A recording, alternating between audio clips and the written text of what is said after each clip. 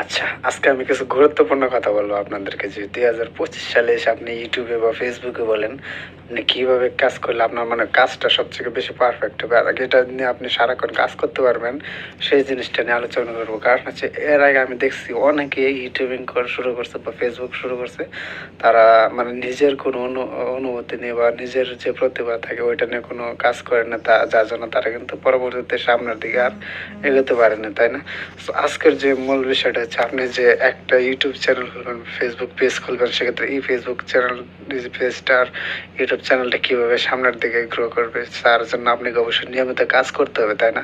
তো এখন যদি আপনি কোনো টপিকে খুঁজে না পান যে কাজ করার জন্য নিয়মিত কাজ করবেন, সেক্ষেত্রে কাজের জন্য কোনো টপিক খুঁজে পাচ্ছেন না যে আপনি আজকে একটা ভিডিও তৈরি করছেন, কালকে কি নিয়ে ভিডিও তৈরি করবেন সেই টপিকটাই খুঁজে পাচ্ছেন না, তাহলে আপনি কীভাবে ভিডিও তৈরি করবেন, তাই না? তো আজকে আমি মূলত এই জিনিসটাই বোঝাতে চাইতেছি যে আপনারা যদি ইউটিউব করতে চান বা ফেসবুকে করতে চান, অবশ্যই আপনার নিজস্ব কোনো প্রতিভা নিয়ে কাজ করুন। মানে যেটা আপনি পারেন, হোক সেটা ছোট, হোক সেটা বড়। কারণ হচ্ছে আপনার যে পছন্দের জিনিসটা, আপনার যে প্রতিভাটা, এটা দেখার জন্য আপনার অনেক মানুষ আছে পৃথিবীতে, তাই না? অনেক মানুষ যে আপনার একজনের কাছে ভালো লাগছে না, ১০ জনের কাছে ভালো লাগবে। অনেকে আছে যে আপনার মতোই এই জিনিসগুলো পছন্দ করে।